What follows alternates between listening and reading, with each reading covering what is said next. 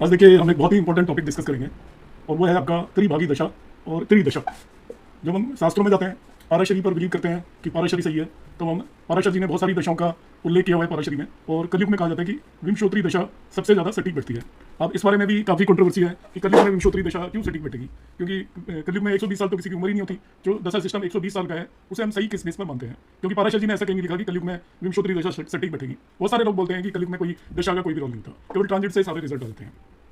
बहुत सारे लोग बोलते हैं कि आपका जो दशा है केवल विंशोत्तरी दशा से काम नहीं चलेगा, योगिनी दशा को यूटिलाइज करना चाहिए, क्योंकि योगिनी दशा का जो पीरियड होता है वो काफी छोटा होता है। आपका विंशोत्तरी दशा का भी 1 के आसपास होता है, तो योगिनी दशा को यूज करना चाहिए। थोड़े से समय में सभी प्लैनेट्स की दशा आ जाती है। इसी तरीके से आपकी डिफरेंट लोग अलग अलग दशा सिस्टम पर रिलाई करते हैं। यहाँ पर जो मैं आज बात करने वाला हूँ वो एक प्रैक्टिकल भी है, और बहुत सारे जो एस्ट्रोलॉजर थे जिन्हें कंसर्न था कि प्रेडिक्शन तो सही जाती है, लोग कहते हैं कि एस्ट्रोलॉजी तुक्केबाजी है। अब तुक्केबाजी है, हमें भी मान के चलना चाहिए कि ये तुक्केबाजी है। क्यों मान के चलना चाहिए? जब तक हमें पूरी जानकारी नहीं है तब तक ये तुक्केबाजी है, मगर जब हम इसे सीख जाते हैं, जान जाते हैं, इसकी कई सारी चीजें जान जाते हैं, गहराई तक पहुंच जाते हैं इसके, तब आपको समझ में आएगा कि ये तुक्केबाजी नहीं है, ये एक्चुअल में साइंस है। और जिसको सीखने के लिए आपको कई बार नदी के अंदर जैसे कोई मोती पड़े होते हैं, 1000 बार गोता लगाना पड़ता है, तब कहीं जाकर एक मोती हाथ में आता है। तो एस्ट्रोलॉजी में भी हम बार बार सक्सेसफुल होंगे, फेल होंगे, और तब कहीं जाकर हमें चीजें समझना आना शुरू होंगी। जब हम बहुत सारे लोग 1 या 2 साल में सोचते हैं कि वो 2 साल से कर रहे हैं और वो सीख जाएंगे, 2 साल में ABCD भी नहीं सीख सकते। एस्ट्रोलॉजी की प्रेडिक्शन तो बहुत दूर की बात है। एस्ट्रोलॉजी सीखने में बहुत लंबा समय चाहिए होता है। मतलब ये मान लीजिए नॉर्मल है 40 से 50 साल, तो तब आपको समझ में आना शुरू होगी कि है क्या बीमारी। तब हम क्या करते हैं, यहाँ पर देखा हमने कि एक पर्टिकुलर प्लेनेट की दशा चल रही है। अब अच्छा, दूसरी बात बोल देता हूँ, इसका मतलब नहीं है कि 40 साल नहीं हुए तो आप एस्ट्रोलॉजी नहीं सीखोगे। जो लोग बहुत ज्यादा टाइम देते हैं तो वो कम समय में भी सीख जाते हैं। हम जैसे बहुत ज्यादा इन्वॉल्व है तो हम सारी चीजें कम समय में समझना शुरू हो जाएंगे। तो आप सबसे पहले हमें ध्यान देना है कि हमें चीजें समझ में आनी चाहिए कि मतलब क्या है दशा का। अब देखिए यहाँ पर जो मेरी आज की क्लास का जो ऑब्जेक्ट है, ये शायद आज से पहले कभी किसी ने पढ़ाया नहीं होगा कहीं पे भी। मैं आपको पहली बार ही पढ़ा रहा हूँ, ठीक है, और इसे पढ़ाने की कोई जल्दी से हिम्मत भी नहीं करता। इसके बारे में बहुत सारे हुए हैं, मैं 3-4 जगह से पढ़ी है, अलग अलग तरीके से पढ़ी है, मगर मैं आपको जो मैं भृगु नंदी नाड़ी का कोर्स मेरे स्टूडेंट करते हैं उन्हें मैं भृगु नंदी नाड़ी में भी ये त्रिभागी दशा कराता हूँ। जैसे म्यूट करें, मैं सभी में रोका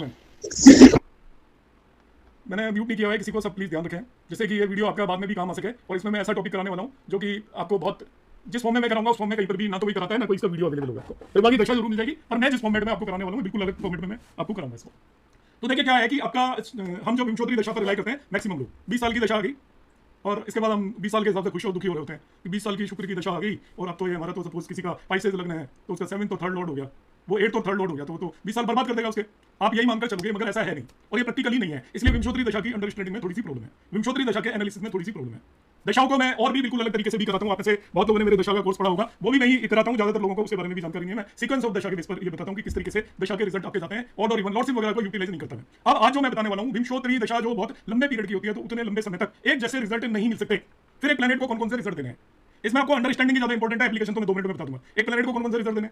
अब हमारी कुंडली किस लिए बनी है भाई? हम जन्म कुंडली किसके बेस पर देखते हैं? हम पूर्व जन्म में जो कर्म करके आए हैं उसकी वजह से देखते हैं। अब पूर्व जन्म में जो हम कर्म करके आए हैं उसकी वजह से ही तो आपकी लॉर्डशिप है अलग अलग प्लैनेट के पास। उसी की वजह से एक प्लैनेट पर्टिकुलर जगह पर बैठा हुआ है। आपकी कुंडली में हर एक चीज आपके पूर्व जन्म कर्मों की वजह से है। हर प्लैनेट कहां पर प्लेस्ड है उसका एक लिंक है आपके पूर्व जन्म से, और उसको अनफोल्ड कर सकते हो आप यदि समझें तो, कि जुपिटर आपके छठे भाव में ही क्यों बैठा, लियो साइन में ही क्यों बैठा, इन दोनों का कनेक्शन है आपके पुराने जन्म से। तो आपकी कुंडली के सभी नोग है।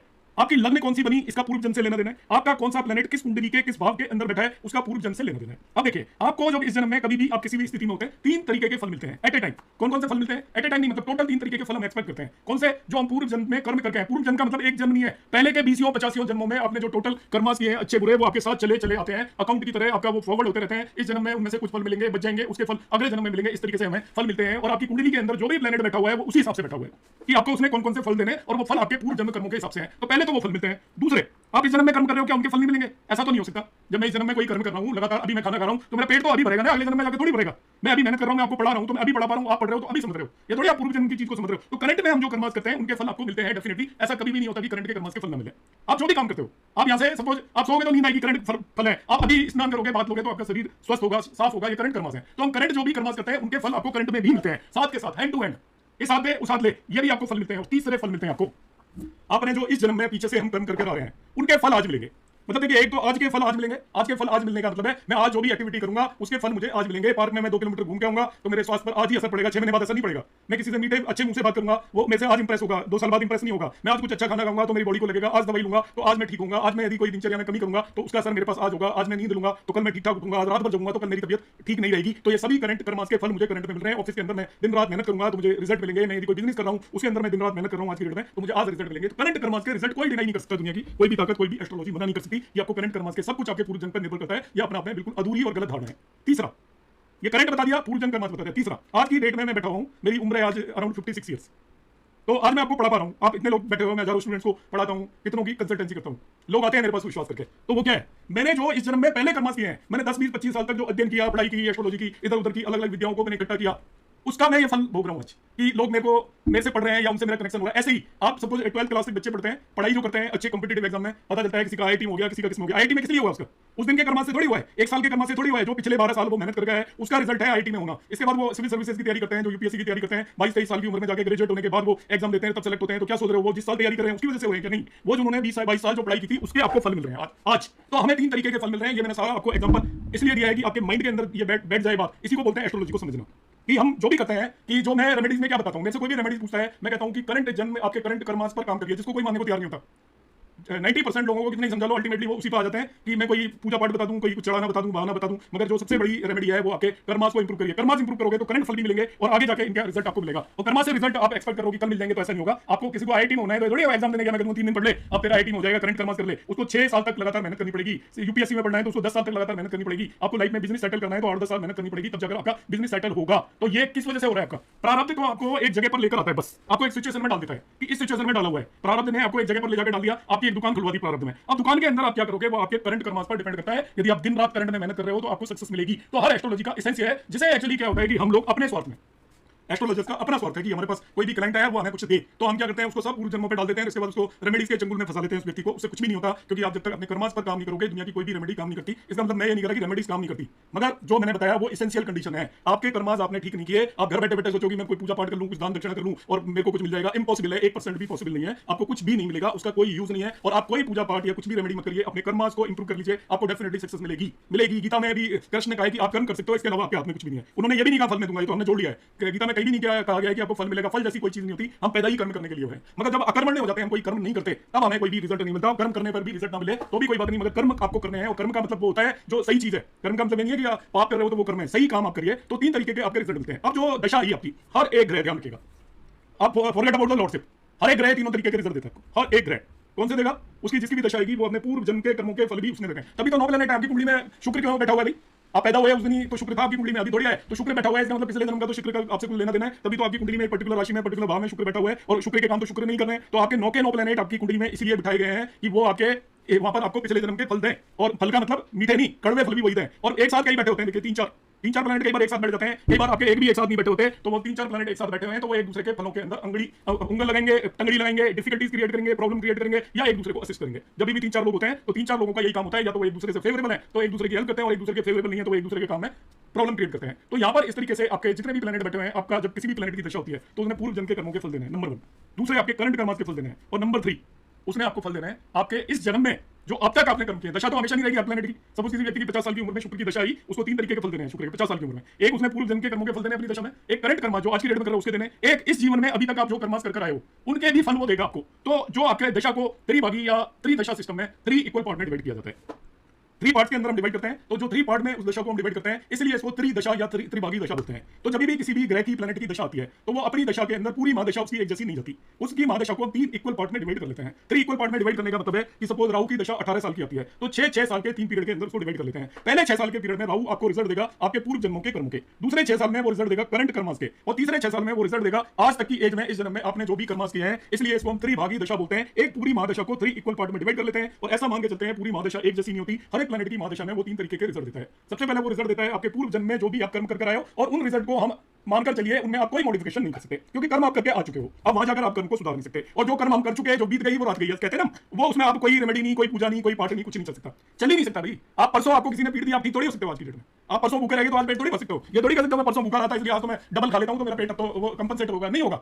आप 9th क्लास की एग्जाम में 9th क्लास में बिल्कुल नहीं पढ़े, पूरी साल फेल हो गए, आपको 9th में दोबारा देनी पड़ेगी। अब 10th में सोचो कि मैं जो 9th में फेल हुआ था उसको अब रिकवर कर लूं, नहीं कर सकते, आप फेल हो चुके हो, आपका वो रिजल्ट हो चुका है। पूर्व जन्म के जो आप गलत कर्मास है वो करके आ चुके हो, उनको दुनिया की कोई भी ताकत नहीं बदल सकती। ये आप माइंड में बिठा लो। मैं रेमेडी में जो इंटरेस्टेड होता है उनके लिए खासतौर से ये चीज बोल रहा हूं कि रेमेडीज की जो बात करते हैं, बहुत सारे लोग क्वेश्चन राइज करते हैं कि रेमेडी नहीं बता सकते तो एस्ट्रोलॉजी क्यों, और एस्ट्रोलॉजी में कहा गया है कि रेमेडीज बताएंगे आपको। एस्ट्रोलॉजी का मतलब होता है जिंदगी के चक्र को समझना, अपने बारे में जानना, आपका साइकिल आगे, आपका वक्त कैसा आने वाला है, आप उसी हिसाब से समझिए, अपने कर्मों पर काम करिए। एस्ट्रोलॉजी को समझने का मतलब ये है कि आपके कौन से कर्म जिस समय पर आपको रिजल्ट देने वाले हैं, आप किन कर्मों पर काम करोगे। जो व्यक्ति एस्ट्रोलॉजी समझता है वो रेमेडी नहीं करता, जो एस्ट्रोलॉजी समझता है वो कर्म करता है, और जो कर्म करने लग जाता है उसकी रेमेडी अपना हो जाती है। तो इस चीज को माइंड के अंदर बिठाना है। बाकी रेमेडीज हम एस्ट्रोलॉजिस्ट के जीवन यापन के लिए है। दूसरे लोगों को हम रेमेडी बताएंगे तो कुछ भेंट दक्षिणा अधिक देगा और उससे ज्यादा भेंट दक्षिणा लेने के लिए रेमेडीज बताई जाती है, मगर कर्म के अलावा एक्चुअल में कोई रेमेडी नहीं है, क्योंकि पास्ट जन्म का मैंने आपको एक्सप्लेन किया। दूसरा करंट जन्म, अब इस जन्म के आपको दूसरे पार्ट में राहु की पहले 6 साल में वो पिछले जन्म के कर्मों के रिजल्ट देगा। आपने किसको क्या दिया, किससे क्या लिया, किसके साथ क्या पाप किया, वो सब आपको लौटा देगा इस जन्म के अंदर। आपने जिसके साथ पाप किया है आपके साथ वैसा हो जाएगा इस जन्म में। आपने किसी को दान दिया है आपको दान मिल जाएगा, आपने किसी को कष्ट दिए आपको कष्ट मिल जाएगा, सब कुछ मिल जाएगा जो पिछले जन्म में आप दूसरों को देकर आए हो। जो दूसरों को देकर आए हो वो आपको यहाँ पर मिलेगा, ये श्योर है। हर एक प्लैनेट का यही है,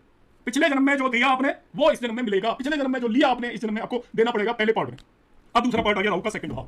राहु का सेकंड भाव, राहु मैं एग्जांपल के लिए ले रहा हूं, ये सभी प्लैनेट को मान लिया, क्योंकि राहु की दशा 3 पार्ट में बराबर बराबर में आराम से डिवाइड हो जाती है। 18 साल की है, 6-6 साल होगी, बाकी की डिवाइड नहीं होती। सूर्य की भी हो जाती है, 6 साल की होती है तो 2-2 साल के 3 हिस्सों में डिवाइड हो जाती है, बाकी में फिर महीने भी आते हैं। अब राहु का जब दूसरा पार्ट आएगा, राहु के सेकंड 6 ईयर में आप नोट कर लीजिएगा, आपकी एस्ट्रोलॉजी बदल जाएगी, आप नोट कर लेना और अपनी लाइफ को आप देख लेना। और जब अब आगे जिसकी दशा आने वाली है, जा चुकी उसका मेरे पास कोई इलाज नहीं है, आप नोट कर लेना और मैं आपको गारंटेड बता रहा हूं ऐसा ही होगा।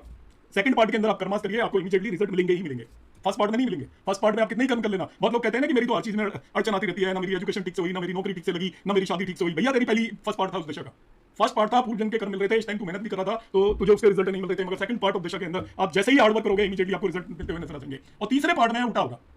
तीसरे पार्ट में क्या होगा, तीसरे पार्ट की दशा होगी, आप कर्म अच्छे करोगे रिजल्ट बुरे मिल रहे होंगे, हो सकता है अच्छे भी मिल रहे हो। क्यों?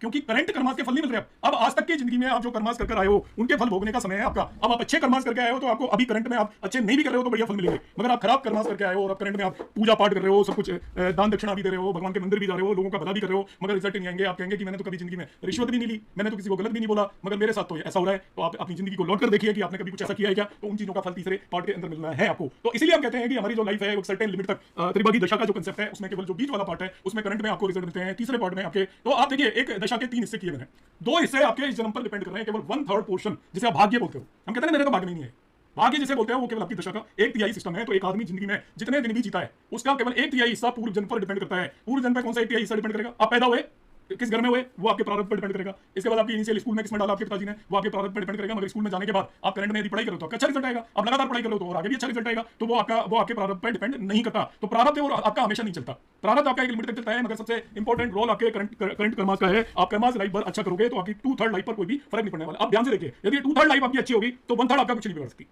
आपने सपोज मैंने वेल्थ क्रिएट कर ली अच्छे कर्मास करके, मेरे पास पैसा भी आ गया, पढ़ाई भी आ गई, एजुकेशन भी आ गई। अब किसी दूसरे प्लेनेट के पहले हिस्से की दशा आई तो पहले हिस्से में सपोज मैं बुरे भी कर्मास करके आया हूं तो वो पहला हिस्सा मुझे बर्बाद करेगा, मगर उस हद तक मैं बर्बाद नहीं होगा कि मैं बिल्कुल सारा कुछ खत्म हो जाएगा, क्योंकि मैं पहले से बहुत कुछ इकट्ठा करके ला चुका हूं। तो इसलिए हम जोर देते हैं कि आपको हमेशा करंट कर्मास पर काम करना चाहिए। अब देखिए त्रिभागी दशा के बारे में मैंने आपको ये जो भी कहानी फ्रेम किया है वो समझाने के लिए फ्रेम किया है, और ये त्रिभागी दशा से मतलब नहीं है, हर तरह की दशा के अंदर इस चीज को आप दिमाग के अंदर लाकर बैठे हैं। और जो दकियानुसी बातें हैं उनको बिल्कुल न माने। एस्ट्रोलॉजी में 90% दकियानुसी बातें, क्योंकि जो प्लेनेट जैसे हमें पढ़ाए जाते हैं वैसे होते नहीं है। कोई मंगल नहीं होता, कोई गुरु नहीं होता, केवल कहने के लिए उसका नाम गुरु रख दिया है, जिससे बहुत लोग इंटरप्रेट करते हैं ये देवता का गुरु है, फलाने का गुरु है। कोई किसी का गुरु नहीं होता, सब मैग्नेटिक फील्ड और आपके ग्रेविटेशनल फील्ड का खेल है जो हमारी बॉडी पर असर डालते हैं प्लेनेट। कोई बड़ा है, कोई छोटा है, कोई दूर है, कोई नजदीक है, इसके बेस पर उनका असर होता है। इसलिए इन प्लेनेट को साइंटिफिक वे में लेकर चलें और सभी चीजों का जो रिजल्ट है वो प्लेनेट से ज्यादा किस पर डिपेंड कर रहा है, आपके कर्मास पर डिपेंड कर रहा है। वो उसका जो पीरियड आएगा पर्टिकुलर प्लेनेट का, आपके कर्मास के बियॉन्ड उसको ताकत नहीं दी गई है किसी भी प्लेनेट को। एक भी प्लेनेट के अंदर इतनी ताकत नहीं है कि वो आपके कर्मों को खराब कर सके। अगर आपने खराब कर्म कर दिया है तो किसी भी प्लेनेट में इतनी ताकत नहीं है कि वो आपके खराब कर्मास को काट सके। ये आप मानकर चलिए, ये एक्चुअली एस्ट्रोलॉजी की अंडरस्टैंडिंग है। मैं अंडरस्टैंडिंग के लिए आपको थोड़ा सा बताऊंगा, क्योंकि थोड़ा सा आपको हो सकता है फिलोसफिकल क्लास लगे। आप सब लोगों ने जब किसी भी गीता पूरी पढ़ने की जरूरत नहीं है, गीता की 4 लाइनें आप पढ़ लीजिए। कर्म बेस्ड है गीता भी, और कुछ नहीं है। और कर्म का मतलब ये नहीं है कि आप पैसे कमाने के लिए कर्म, जो निकर्म है वो आप कर रहे हो, तो आपको ऐसे कर्मास कर रहे हो जिनके बदले में आप एक्सपेक्ट कुछ भी नहीं कर रहे। क्योंकि जब हम एक्सपेक्ट करते हैं तो हम कर्म नहीं कर रहे होते, हम लालच कर रहे होते हैं। कर्मास वो होते हैं जो नीत है हमारे अंदर। हमारे अंदर दया एक कर्म है जो नीत है, एक इंसान है तो उसको दया आनी ही चाहिए। तो ऐसे यदि आप कर्मास कर रहे हो, आपका जो ड्यूटीज है वो पूरी करनी ही है आपको। उसके बदले आप सोचो कि मुझे कुछ मिलेगा, मैं अपने बेटे का अब लालन पालन कर रहा हूँ, मैंने पैदा किया तो मुझे करना है, बदले में मुझे कुछ मिलेगा वो कर रहा हूँ, तो फिर वो कर्मास नहीं है। वो आप सोचो कि मैं तो बढ़िया कर्मा कर रहा हूँ, मैंने बच्चों को पढ़ाया लिखाया। आपने सुना होगा बहुत लोगों से कि हमने तो इनको इतना पढ़ाया लिखाया सब अपनी जिंदगी पर। अरे भाई उसने थोड़ी किया, कहा था आपसे, आपने क्यों पैदा किया उसे? वो बॉर्न हुआ, आप छोड़ देते। आपने अपने उस हित में उसको पढ़ाया, आपको हित चाहे आपने ये हित ना सोचा हो कि भाई वो बड़ा हो गया आपकी सेवा करेगा। आपको मजा तो आया ना कि मेरा बच्चा है, उसको ग्रो करते हुए आपको एंजॉयमेंट मिला, आपको सुख मिला, जब वो हंस के आपके पास गोद में आया आपको सुख मिला। अपने सुख के लिए आपने उसको पैदा किया, अपनी हैसियत के हिसाब से उसको आपने बड़ा किया। आप सोचो कि आपने कोई बहुत बड़े कर्म कर दिए। ये नॉर्मल चीज़ें हैं, इसके अंदर कुछ भी नहीं है, इनको बगैर सोचे हुए हमें करना होता है। वो एक इंसान है जो पैदा होकर बड़ा हो रहा है, ये उसके कर्माज हैं, वो आपके लिए क्या करता है नहीं करता, मगर यदि आप उससे एक्सपेक्ट करते हो तो आपके कर्म खत्म हो जाते हैं वहीं पर ही। कर्मों का एक्सपेक्टेशन और फल से कोई लेना देना नहीं है। जैसे बहुत सारे लोग कहते हैं कि गीता में ज्ञान दिया गया है कि अपने कर्म किए जा, फल भगवान देगा। फल जैसी कोई चीज़ नहीं होती है, इंसान के हाथ में केवल कर्म करना होता है। आप कर्म करते जाइए, आपको रिजल्ट जो भी मिल रहे हैं वो ऑटोमेटिकली क्रिएट हो जाते हैं, और क्रिएट होकर आपको मिल जाते हैं, और आपको उसके लिए ना कोई एफर्ट करना पड़ता है, क्योंकि एफर्ट सारा का सारा आपको कर्मों के अंदर करना है। त्रिभागी दशा की ये ब्यूटी है। त्रिभागी दशा के अंदर हम एक पर्टिकुलर दशा को 3 इक्वल पार्ट में डिवाइड कर सकते हैं। अब त्रिभागी दशा में जो कुछ कुछ महान लोग पैदा हुए जिन्होंने इसको यूटिलाइज किया, उसमें मैं एस.के. मेहता जी का नाम सबसे पहले लेना चाहूँगा। एस.के. मेहता जी ने इसको ब्यूटीफुली वो किया, और टाइमिंग ऑफ इवेंट के अंदर उनसे बेटर कोई एस्ट्रोलॉजर कभी हुआ नहीं, और he was master of timing, और वो त्रिभागी दशा को यूटिलाइज किया करते थे। मैं जो मैरिज एस्ट्रोलॉजी कोर्स मेरा कराता हूँ उसमें मैं बताता हूँ कि मैरिज होती है आपकी लग्न, 7th लॉर्ड और 12th लॉर्ड की दशा में। वो त्रिभागी दशा का कंसेप्ट है। उसको मैं विंशोत्तरी दशा से कराता हूँ, क्योंकि त्रिभागी दशा सभी को नहीं पता होती, मगर आपकी त्रिभागी दशा चल रही है 1st लॉर्ड, 7th लॉर्ड या 12th लॉर्ड की, 100% मैरिज तभी होगी। अभी मैं बताऊंगा आपको त्रिभागी दशा को किस तरीके से आपको यूटिलाइज करना है। अब देखिए त्रिभागी दशा में सबसे बड़ी प्रॉब्लम क्या है। ये तो मैंने आपको अभी तक एक स्टोरी बताई, इसका जो बेसिक आइडिया बताया, इसके पीछे क्या कहानी है वो मैंने बताने की आपको कोशिश की, जो मुझे जानकारी जितनी भी थी। त्रिभागी दशा में मल्टीपल जो अलग अलग लोग हैं ज्ञानी, उन्होंने इसको अलग अलग तरीके से कैलकुलेट किया हुआ है।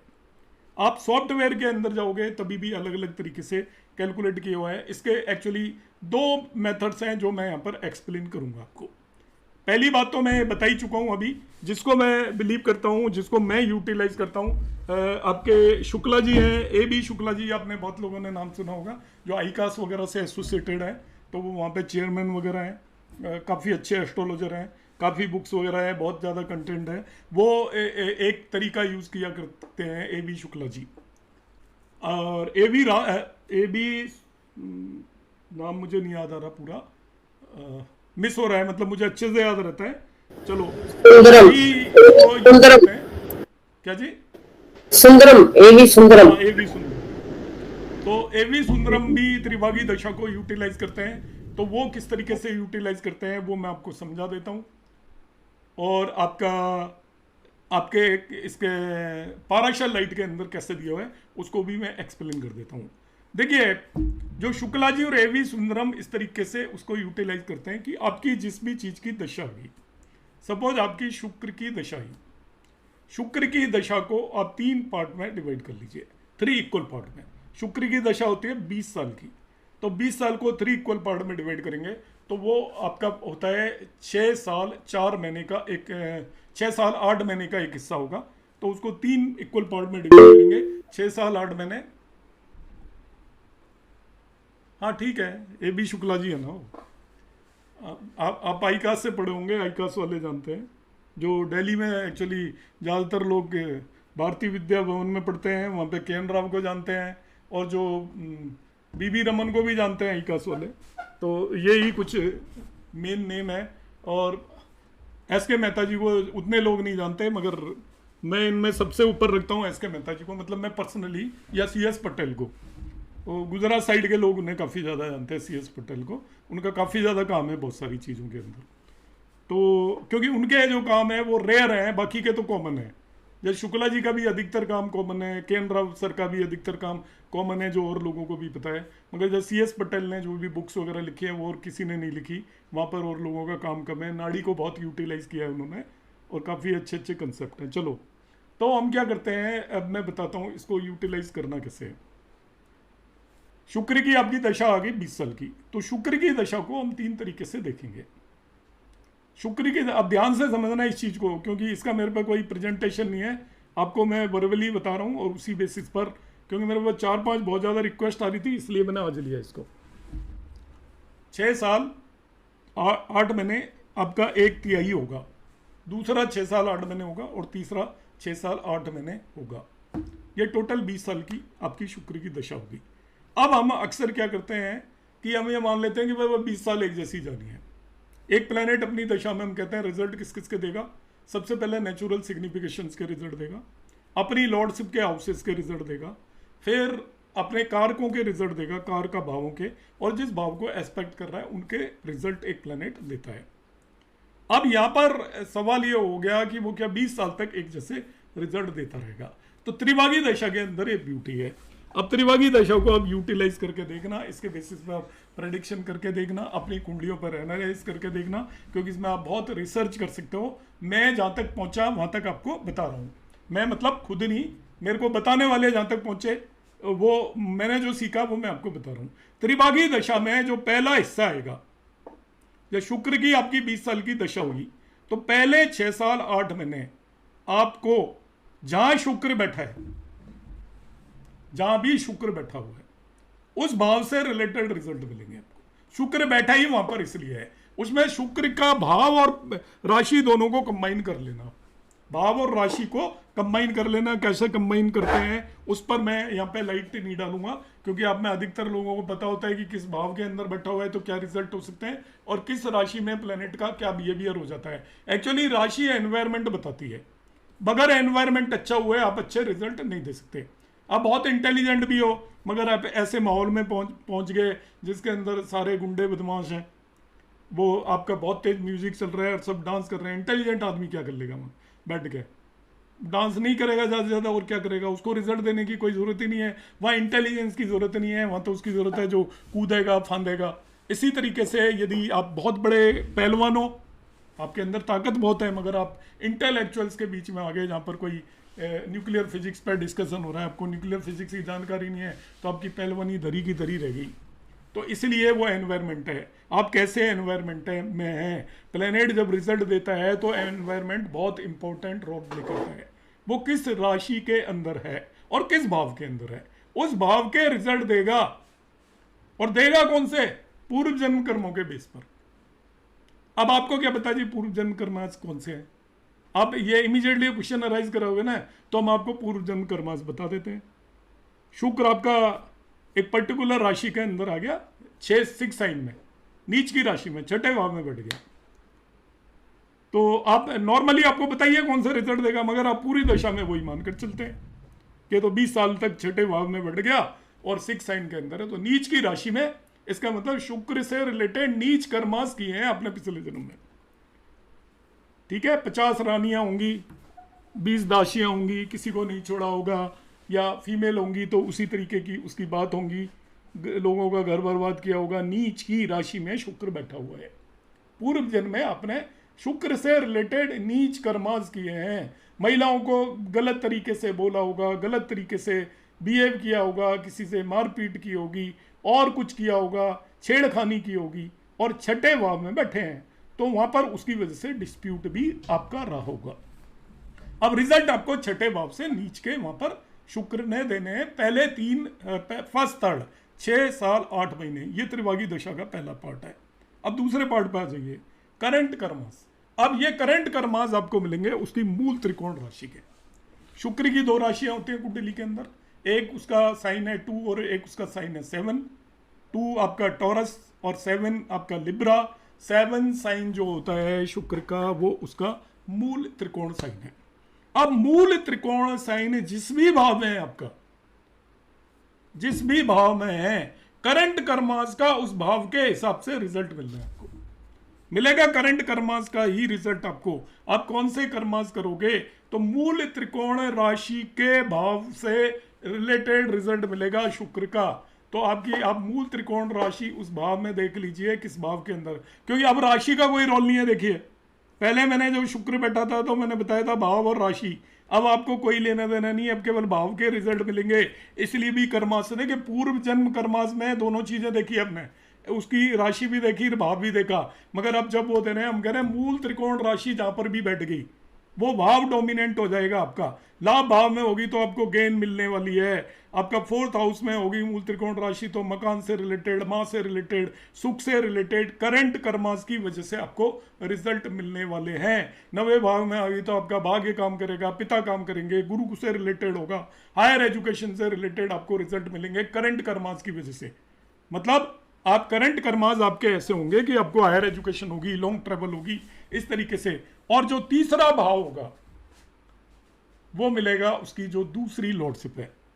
और वो मून और सन को तीसरा भाग है, मतलब वो होती ही नहीं है, तो वो दूसरे और तीसरे दोनों भाव में वो अपनी जहां पर भी उसकी राशि होती है उसी के रिजल्ट देता है। तो तीसरे भाव के अंदर जो आप अभी तक इकट्ठा कर करा कर लेकर आए हुए हो उनके रिजल्ट थर्ड भाव के अंदर आपको मिलने वाले हैं, जो उसकी राशि है। तो मैं फिर रिपीट कर रहा हूं कि शुक्र की, ये मैं वैदिक एस्ट्रोलॉजी के बेस पर बता रहा हूँ। त्रिभागी दशा को अलग अलग एस्ट्रोलॉजी में अलग अलग तरीके से यूज़ किया जाता है। भृगु नंदी नाड़ी में अलग यूज़ किया जाता है, नंदी नाड़ी में अलग यूज़ किया जाता है, और आपका चंद्रकला नाड़ी में इसको अलग तरीके से यूज़ करते हैं। अलग अलग नाड़ी में त्रिभागी दशा को अलग अलग तरीके से यूज़ करते हैं। हम यहाँ पर ये है बेसिकली नाड़ी का ही कंसेप्ट, मगर यहाँ पर इसको हम वैदिक में अमलगेट करते हैं और इसको ब्यूटीफुली आप यूज़ कर सकते हो। अब ये आपके ऊपर है कि आप कितना यूज़ करते हो, जनरली लोगों को पता ही नहीं है इसके बारे में। तो अब हम क्या करेंगे कि शुक्र की दशा आई, अब ये सभी को मान लीजिए, अब जिस मर्जी की दशा है, शुक्र आपका 6ठे भाव में बैठ गया, नीच की राशि में बैठ गया, उच्च की राशि में बैठ गया, तो और बढ़िया है। पिछले जन्म में आपने कुछ कर्मास किए मगर उनमें डिस्प्यूट भी है, तो आपको पूर्व जन्म कर्मास की वजह से डिस्प्यूट भी आता रहेगा और आपको अच्छे फल भी मिलते रहेंगे, क्योंकि शुक्र जो रिजल्ट देने वाला है वो आपका कंफर्टेबल पोजीशन में, उसका एनवायरनमेंट बहुत अच्छा है। एनवायरनमेंट बहुत अच्छा है मगर उसको प्रॉब्लम्स भी आएंगी, अच्छे एनवायरनमेंट में भी प्रॉब्लम्स आती हैं, क्योंकि 6ठे भाव के अंदर बैठा हुआ है। तो राशि और भाव पर डिपेंड करेगा आपका कोई भी प्लैनेट किस राशि और किस भाव में बैठा, it will depend upon Rahu Ketu. Madam वही राहु केतु जिस भाव में बैठा होता है वही होता है, बस राहु केतु का जिस भाव में होता है। राहु केतु की कहानी कुछ डिफरेंट होती है और वो मैं भी बता देता हूँ, चलो आपको इसको त्रिभागी दशा के पोर्शन को खत्म करके। अब शुक्र का जो आ जाता है दूसरा पार्ट की, तो वो अपनी मूल त्रिकोण राशि से रिलेटेड आपको रिजल्ट देगा करंट जन्म कर्मास के। ये आपके दिमाग में बिठाना है। आप सोचो अपना आप कुछ होगा, अपना आप कुछ नहीं होगा। आप जो करंट में कर्मास करोगे उसके हिसाब से मिलेंगे। आप खराब करोगे तो खराब मिलेंगे, अच्छे करोगे तो अच्छे मिलेंगे। ये आपको डिसाइड करना है, वो इंडिविजुअल को पता है और कोई नहीं बता सकता। इंडिविजुअल को ही पता होगा कि मुझे किस तरीके के, इसलिए सेल्फ के लिए एस्ट्रोलॉजी इंपॉर्टेंट होती है कि आपका दशा जब चल रही है तो सेल्फ एनालिसिस करिए कि आप किस तरीके के कर्मास कर रहे हो, आपका कौन सी पार्ट ऑफ दशा है। और थर्ड पार्ट में अभी तक जो कर्मास करके आए हो तो हमें जो भुगतना पड़ता है, लोग कहते हैं ना कि इसी जन्म में देखना पड़ता है, ये इसीलिए कहते हैं, ऐसे ही नहीं कहते। ये जो महान लोग हैं उन्होंने ये चीज़ें बताई हुई हैं कि आप सोचो कि आपको अगले जन्म में तो भुगतना पड़ता ही है। थर्ड पार्ट के अंदर आपका उसकी जो दूसरी राशि है, मूल त्रिकोण के अलावा दूसरी राशि, सपोज आपकी शुक्र की राशि सेकंड हाउस के अंदर बैठी हुई है, 2 एरीज लगने की कुंडली ले लेता हूँ। अब शुक्र की राशि आपका सेकंड भाव के अंदर टॉरस है, तो पहले भाव में पूर्व जन्म के हिसाब से मिल गया। दूसरा उसका 7 साइन है, 7 साइन का मतलब दूसरे भाव के अंदर उसको 7th हाउस के हिसाब से करंट कर्मास के रिजल्ट मिलेंगे आपको। नेम फेम हो सकती है उसकी, मैरिज हो सकती है, पार्टनरशिप हो सकती है। अब करंट कर्मास पे डिपेंड करेगा, यदि करेगा तो, नहीं करेगा तो वही वहाँ पर करंट कर्मास के हिसाब से, यदि ठीक कर्मास नहीं कर रहा है तो वो वाइफ से सेपरेशन भी हो सकता है, पार्टनरशिप में प्रॉब्लम भी आ सकती है, या जो भी है आपका 7th हाउस से रिलेटेड। और आपका थर्ड पार्ट होगा उसमें सेकंड हाउस है आपका, सेकंड हाउस के रिजल्ट मिलेंगे। 2 साइन है तो वो साइन जिस भी हाउस में उसके रिजल्ट मिलेंगे। तो तीसरा पार्ट क्या है, सेकंड हाउस आपका फैमिली का है, धन का है, स्पीच का है, फूड का है, इन सब चीज़ों का है दूसरा भाव। तो आपने अभी तक जो कर्मास किए, जब तक वो दशा आई, जन्म में जब पैदा हुए तब से लेकर उस दिन तक आपने जो कर्मास किए उसकी वजह से आपको धन की प्राप्ति हो सकती है, उसकी वजह से आपके फैमिली में लोग ऐड हो सकते हैं। तो आप अभी तक जो कर्मास इस जन्म में इकट्ठे करके लेकर आ रहे हो उनके फल मिलने हैं आपको थर्ड पार्ट के अंदर। तो ये पार्ट भी आपका कर्मास पे डिपेंड हुआ, मगर आज के कर्मास पे डिपेंड नहीं है। अभी तक जो कर्मास करके आए हो उसके रिजल्ट मिलते हैं, तो वो बहुत लंबे समय तक सभी लोगों को मिलते हैं। कि हम पीछे जो मेहनत करके आए होते हैं उसके फल जो कहते हैं ना कि अभी मेहनत कर लोगे तो आगे सुखी रहोगे, तो मेहनत क्या है? कर्माजी तो है मेहनत, और कोई चीज़ थोड़ी है। मेहनत में हम ये थोड़ी कहते हैं अभी सोते रहोगे तो आगे मजे मारोगे। तो जो भी कर्मास करोगे तो आपको किसी भी प्लेनेट की दशा को हम 3 कंपोनेंट में डिवाइड कर सकते हैं।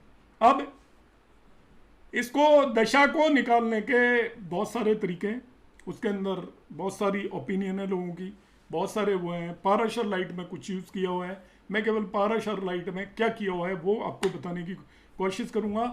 मेरा जो यूज़ करने का तरीका है, मैं उस दशा को 3 पार्ट में डिवाइड करता हूँ, एक साथ रखता हूँ और दशा के पहले 1/3 हिस्से में प्रेडिक्ट करता हूँ based on the placement of the planet, किस राशि में और किस भाव में बैठा है। दूसरे पार्ट को मैं प्रेडिक्ट करता हूँ कि वो प्लेनेट आपके किस भाव में बैठा है, उसकी मूल त्रिकोण राशि किस भाव में, और तीसरे भाव को मैं प्रेडिक्ट करता हूँ उसकी दूसरी राशि किस भाव के अंदर है। और रिजल्ट किस हिसाब से प्रेडिक्ट किए जाते हैं कि वो पहले भाव के अंदर पूर्व जन्मों के बेस पर कुंडली देखकर पता चल जाएगा। दूसरे भाव के रिजल्ट आपको करने हैं करंट कर्मास, तो आप इवन उसकी प्रश्न कुंडली भी बना सकते हो करंट कर्मास की, या वो जिस भाव में बैठा है आप उस पर्टिकुलर पर्सन को सजेस्ट कर सकते हो कि आप सही कर्मास अभी करोगे मेहनत तो ये आपको इस तरीके के रिजल्ट मिलने की पूरी संभावना है। और तीसरे भाव में जो रिजल्ट है वो आप अभी तक जो भी कर्मास कर कर आए हो, इस जन्म के अंदर अच्छे कर्म करके आए हो तो उस भाव के आपको अच्छे रिजल्ट मिलेंगे, खराब कर्मास करके आए हो तो उस भाव के आपको खराब रिजल्ट मिलेंगे।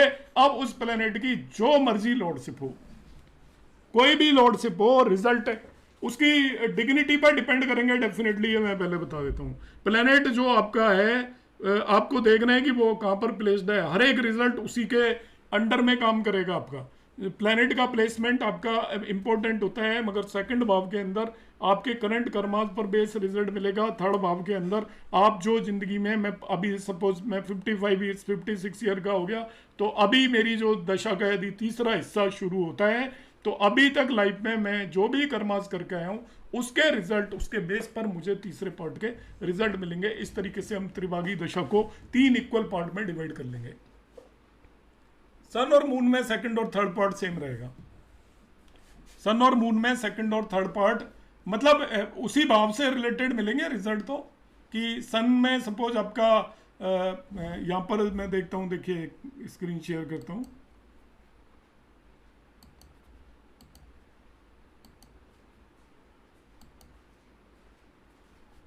ये आपका यहाँ पर हम देख लेते हैं, सन को देखते हैं सपोज, तो सूर्य इसका बैठा हुआ है 7, तो पहले फर्स्ट उसके अंदर 7वें भाव के रिजल्ट मिलेंगे। 6 साइन के अंदर है, न्यूट्रल साइन है, तो नहीं नीदर गुड नॉर बैड, और 7वें भाव के मिलेंगे। फर्स्ट सन की जब दशा होगी फर्स्ट 1/3 पार्ट में, मगर सेकंड और थर्ड 1/3 पार्ट में छठे भाव के रिजल्ट मिलेंगे। और छठे भाव के रिजल्ट क्या मिलेंगे? सेकंड पार्ट के अंदर तो करंट में जो काम करते रहोगे उसके हिसाब से रिजल्ट मिलेंगे, और थर्ड पार्ट के अंदर अब तक जो कर कर आए हो उसके रिजल्ट मिलेंगे आपको। पहले जितनी भी आपकी लाइफ है, सपोज किसी व्यक्ति की उम्र 35 ईयर है, जब वो कुंडली दिखवा रहा है तो आपका उसकी सूर्य की दशा शुरू हुई, तो 35 से 37 ईयर तक आप रिजल्ट बताओगे based on the 7th house. 39 से 41 ईयर तक हम कहेंगे कि उसको छठे भाव के रिजल्ट मिलेंगे डिपेंडिंग अपॉन करंट कर्मास, अभी आज की डेट में जो भी काम कर रहा होगा। और उसके बाद 41 से लेकर 43 साल तक 41 to 43 वही छठे भाव के रिजल्ट ही मिलेंगे, मगर वो अब आपके एक्यूमुलेटेड कर्मास के बेस पर मिलेंगे। एक्यूमुलेटेड ऑफ दिस लाइफ, मतलब इस जन्म में जो आपने कर्मास आज तक किए उन सभी के यहाँ पर आपको रिजल्ट मिलेंगे। इस तरीके से हम इसको देखते हैं और मैं इसी तरीके से देखता हूँ। मगर आप इसके अंदर आपको दशा को 3 इक्वल पार्ट के अंदर डिवाइड कर लेना है और उस हिसाब से उसको एनालिसिस करना है। और आप क्वेश्चन अराइज करोगे कि अंतरदशा, आपको अंतरदशा को भी इसी तरीके से कैलकुलेट करना पड़ेगा। इसमें अंतरदशा को कैलकुलेट करना पड़ेगा, अंतरदशा सीधी सीधी नहीं ले लेंगे। एक आप मान के चलिए कि जो अंतरदशा का भी 1/3 पार्ट लोगे हर एक का, तो एक ही दशा को आप 3 इक्वल पार्ट में डिवाइड कर रहे हैं। सपोज शुक्र की दशा शुरू हुई, थोड़ा सा बता देता हूँ किस तरीके से डिवाइड करना है।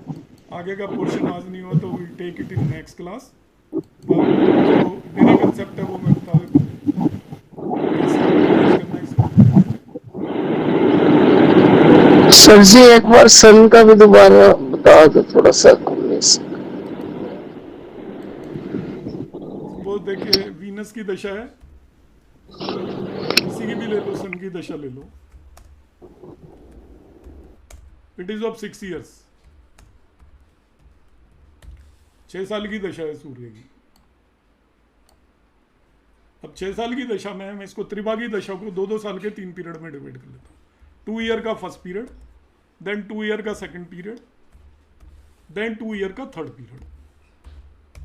तो फर्स्ट 2 ईयर के पीरियड में आपको फल किसके मिलने वाले हैं? Placement and sign. दूसरे पार्ट के अंदर आपको रिजल्ट मिलने वाले हैं इट्स साइन, क्योंकि इसकी मूल त्रिकोण राशि तो है नहीं, sign, but based on current karmas, based on current karmas. Sign का मतलब भाव actually lordship houses, lordship house, lordship house based on current karmas. Suppose की लॉर्डशिप छठे भाव की है, 6th हाउस की, तो 6th हाउस से रिलेटेड रिजल्ट मिलेंगे। 6th हाउस से रिलेटेड आपको रिजल्ट पता है। बेस्ड ऑन करंट कर्मास का मतलब क्या है? यदि ये खराब कर रहा होगा तो डिस्प्यूट होगा, उधार हो जाएगी, अच्छा कर रहा होगा तो डिसिप्लिन होगा, कंपटीशन में सक्सेस मिल सकती है, ठीक है, नौकरी लग सकती है। तो करंट कर्मास इस तरीके से आपको अलग अलग तरीके के रिजल्ट दे सकते हैं। आप सपोज लड़ाई झगड़ा कर रहे हो तो डिस्प्यूट में चले जाओगे, आप बेईमानी कर रहे हो तभी भी डिस्प्यूट में चले जाओगे, और बीमारी भी हो सकती है यदि आप ध्यान नहीं दे रहे हो। मगर आप ध्यान दे रहे हो, तैयारी कर रहे हो, तो हो सकता है आपकी कंपटीशन क्लियर हो जाए, आपको नौकरी लग जाए। तो इस तरीके से सेकंड भाव के अंदर रिजल्ट मिलेंगे based on current karmas. Third भाव में इट्स लॉर्डशिप हाउस, लॉर्डशिप,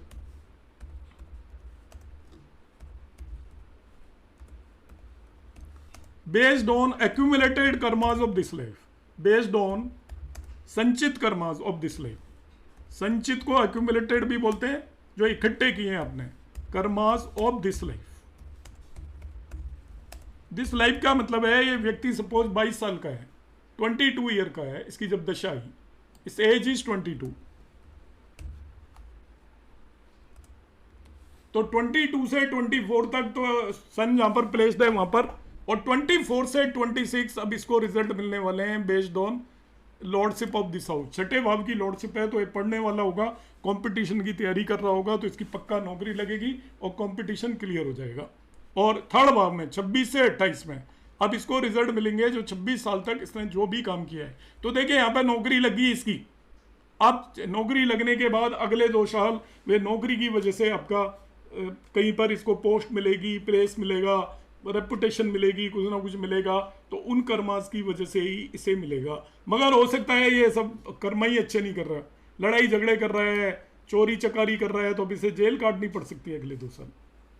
अभी तक के जो कर्माज है उसका फल मिल रहा है, तो पता चलेगी जो भी है, मतलब कुछ प्रॉब्लम हो सकती है। इस तरीके से हम इंटरप्रेट करेंगे। सन की दशा के केस में आपको ये ध्यान रखना है कि दोनों आपका सेकंड और थर्ड केस में एक ही भाव के रिजल्ट मिलेंगे, मगर बाकी के केस में सेकंड पार्ट के अंदर आपको उसकी मूल त्रिकोण राशि के और थर्ड पार्ट के अंदर उसके आपको नॉर्मल साइन के रिजल्ट मिलने वाले हैं। अब आ जाता है अंतरदशाओं का रोल।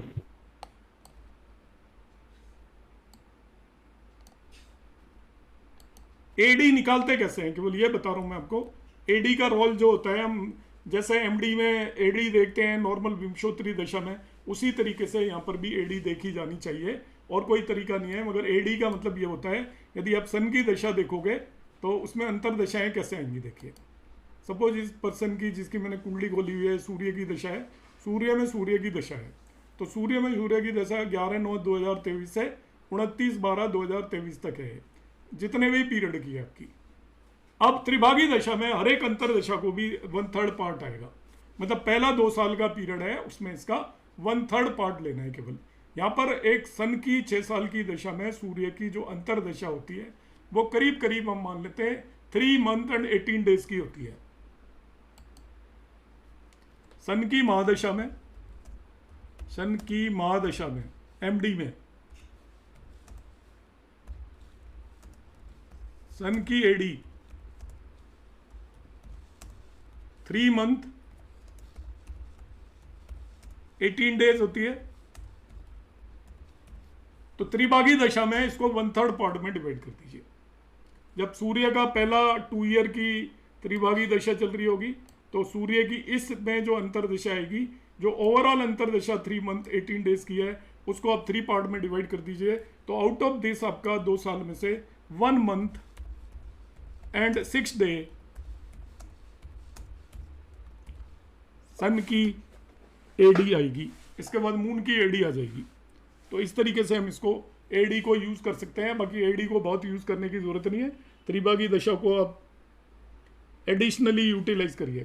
त्रिभागी दशा को आप एडिशनली यूटिलाइज करिए कि आपको किस तरीके के रिजल्ट हैं, इसके बेस पे आपको क्लियर कट 2 मिनट के अंदर बगैर किसी अंतरदशा को देखे हुए आपको ओवरऑल रिजल्ट का एक बहुत बेटर एनालिसिस आपको हो जाएगा। पता चल जाएगा कि ये 2 साल का वक्त आपको इसका कैसे जाने वाला है, किस भाव से रिलेटेड आपको इसको रिजल्ट मिलने वाले हैं। इसके अंदर हम यूटिलाइज कर रहे हैं उसका placement as well as its lordship, जो कि हम विंशोत्तरी दशा में भी यूटिलाइज करते हैं। मगर यहाँ पर उस विंशोत्तरी दशा को बहुत टेक्निकली ब्यूटीफुली 3 पार्ट में डिवाइड कर दिया गया है और ये कह दिया गया है कि इस पर्टिकुलर पार्ट में ये आपको रिजल्ट मिलेंगे, दूसरे पार्ट में ये रिजल्ट मिलेंगे और तीसरे पार्ट के अंदर ये रिजल्ट मिलेंगे। मगर जो मैंने दशा निकालने का तरीका बताया पाराशर लाइट के अंदर वो नहीं है। पाराशर लाइट का भी मैं बता देता हूँ।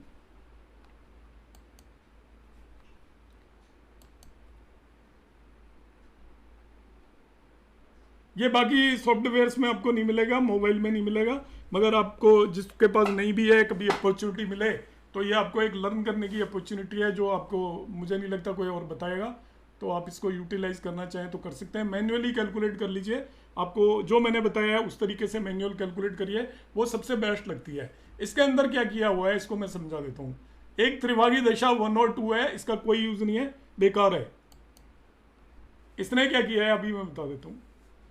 जो दशा है उसको, त्रिभागी दशा है उसको एक्चुअली 2/3 पार्ट में डिवाइड कर दिया है। जैसे मून की सन की दशा होती है 6 साल की, तो त्रिभागी दशा को 2/3 120 साल है, उसको आप 2/3 पार्ट में डिवाइड कर दीजिए। ऐसे ही हर एक महादशा को भी उसने 2/3 पार्ट में डिवाइड कर दिया। जैसे सूर्य की टोटल दशा होती है आपकी 6 साल की, तो उसका 2/3 लोगे तो आपका 4 साल हो गया। इसके बाद मून की टोटल दशा होती है 10 साल की, 2/3 लोगे 2/3, तो वो आ जाएगी करीब करीब आपका 6 साल 8 महीने। ये 6 ईयर लिखा हुआ है मगर ये 6 साल 8 महीने की है। ऐसे ही मार्च की आपकी 4 साल कुछ 3 या 6 महीने की होगी। आप देखोगे 2/3 ले रखा है। तो इसने कहा पहले एक त्रिभागी दशा शुरू होती है। ध्यान से सुनिएगा, ये मैं इसलिए बता रहा हूँ, इससे यूटिलाइज मैं करता भी नहीं हूँ, मगर बहुत सारे लोग इस ऐप को खोलेंगे, उन्हें समझ में नहीं आएगा ये क्या दे रखा है। तो जस्ट टू एक्सप्लेन दैम कि ये त्रिभागी दशा क्या दी हुई है, कि आपकी जो दशा है त्रिभागी दशा को अलग अलग यूज करते हैं ये पाराशर लाइट में। पहले वो क्या करते हैं, उस दशा को शुरू करते हैं कि जन्म के समय जो भी दशा है वो सभी प्लेनेट की महादशाएं आएंगी, और उसकी ड्यूरेशन क्या ले रखी है, जो आप विंशोत्तरी दशा लेते हो उससे 2/3 कर दिया इसने। 2/3 सबको उसको रिड्यूस कर दिया है पूरी विंशोत्तरी महादशा को। जैसे आपको सन की इसकी पहली दशा है 6 साल की जगह 4 साल ले ली। इसके बाद आपकी चंद्रमा की दशा आई, वो आपकी 10 ईयर की जगह 6 ईयर 8 मंथ ले ली। मार्स की दशा है 7 ईयर की जगह 4 ईयर 6 मंथ ले ली। इस तरीके से ले रखा है, ठीक है। तो इसको आपने रिड्यूस कर दिया, इट इज ए रिड्यूस विंशोत्तरी दशा। फिर उसी यहां पर त्रिभागी दशा 2 लिखी हुई है, तो 72 ईयर का जब बंदा ये हो जाएगा 76 ईयर का, तो उसके बाद इसको वापस से फिर ले लिया है, उसी दशा को फिर रिपीट कर दिया है कि वो होने के बाद फिर जैसे देखिए इसका जन्म था त्रिभागी दशा 1 में बता देता हूं।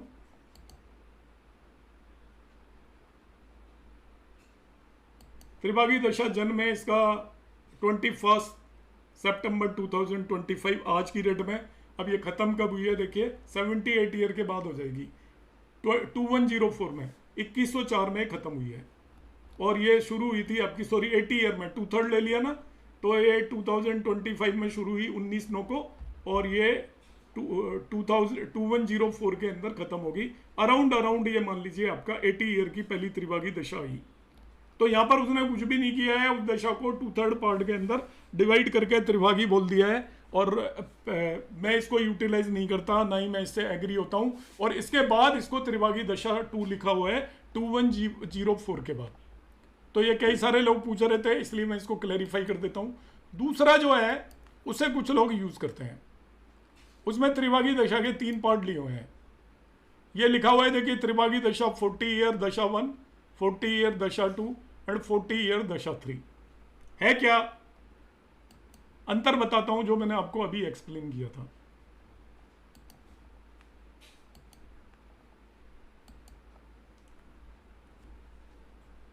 मैंने जो एक्सप्लेन किया है उसमें मैं पूरी महादशा को एक साथ ले रहा हूं 6 साल की को, मगर उसको 2 ईयर के 3 पार्ट में अलग अलग तरीके से यूटिलाइज कर रहा हूं। तो उसको 3 पार्ट में जरूर मैंने डिवाइड किया है, मगर दशा से कोई छेड़छाड़ नहीं की है, अंतर दशाओं से छेड़छाड़ की है कि पहली आपकी दशा 2 ईयर की होगी, फिर दूसरी 2 ईयर की होगी। ऐसे मैंने उसी 6 साल की लगातार दशा को 3 हिस्सों में डिवाइड कर दिया है, बस, और कुछ नहीं किया है। मगर यहां पर अब ये जो यूज कर रहा है वो क्या कर रहा है, देखिए।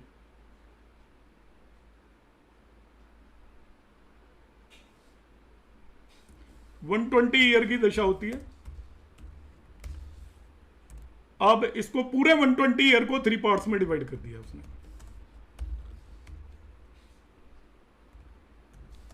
तो 40-40 साल की 3 दशा में डिवाइड कर दिया इसको, 40 ईयर की पहली, 40 ईयर की दूसरी और 40 ईयर की तीसरी। तो ये कहेगा लाइफ में 3 त्रिभागी दशा है। अब जैसे किसी का जन्म हुआ सपोज 1/1/2020 को, ध्यान से समझना, 2000 को, जैन जी 1/1/2000 को जन्म हुआ इसका। तो जो पहली त्रिभागी दशा है वो इसकी चलेगी 1/1/2040 तक, 31/1/2040 तक चलेगी, 31/12/2040 तक, जब ये 40 साल का हो जाएगा। ये होगी पहली त्रिभागी दशा। दूसरी त्रिभागी दशा अगले 40 साल चलेगी, तो वो आ जाएगी 31/12/2080 तक। और तीसरी त्रिभागी दशा इसकी होगी 31/12/2120 तक। तो 40-40 साल की 3 दशाओं में इसने इसको तोड़ दिया। अब तोड़ा तो दशाओं की क्या सीक्वेंस थी। सपोज एक व्यक्ति पैदा हुआ तो इसकी सूर्य की दशा चल रही थी, सन की महादशा में पैदा हुआ, एमडी में बॉर्न हुआ है। तो ये कैसे यूटिलाइज करेगा, ये मानता ही नहीं सूर्य की 6 साल की दशा होगी, क्योंकि इसने पूरी दशा को, विंशोत्तरी दशा को 3 हिस्सों में डिवाइड कर दिया है, अलग अलग समय आएगी। तो ये कहेगा कि इसकी दशा सीक्वेंस कैसे आएगी। 1/1/2000 को पैदा हुआ तो सूर्य की दशा 6 साल की होती है, 6 ईयर की, उसको इसने 3 हिस्सों में डिवाइड कर दिया, 3 पार्ट्स में। हर एक पार्ट 2 ईयर का होगा, 2 ईयर ईच। मगर वो एक साथ नहीं आएगा। ये कह रहा है पहले 2 साल की सूर्य की दशा आएगी, इसके बाद सूर्य की दशा खत्म हो जाएगी। पहले 40 साल में सभी प्लेनेट की आपका 1/3 आएगा। फिर आएगी सूर्य के बाद, आपको पता है मून की दशा आती है, तो मून की दशा आएगी आपकी 3 साल 4 महीने, 3 ईयर 4 मंथ। मून के बाद आपको पता है मार्स की दशा आती है, मार्स की दशा आएगी इसकी फिर 2 ईयर 4 मंथ। मतलब ये देखिए, जब तक 2 साल का हुआ इसकी सूर्य की दशा थी, 5 साल 4 महीने तक इसकी चंद्रमा की दशा थी, फिर अगले 2 साल और 4 महीने इसकी मार्स की दशा थी, फिर इसकी राहु की दशा आएगी 6 साल की, 1/3 6 साल की, 6 ईयर। राहु के बाद इसकी दशा आएगी आपकी जुपिटर की। तो जुपिटर की दशा वैसे होती है, आपको मालूम है, 16 ईयर की। तो यहां पर वो दशा बन जाएगी जुपिटर की, इसकी 16 ईयर का मतलब हो गया 5 ईयर 4 मंथ। फिर इसकी आपकी सैटर्न की दशा आ जाएगी, वो आ जाएगी 6 ईयर 4 मंथ। फिर इसकी मरकरी की दशा आ जाएगी, वो आ जाएगी आपकी 5 ईयर 8 मंथ। फिर केतु की दशा आ जाएगी और वो आएगी आपकी इसकी 2 ईयर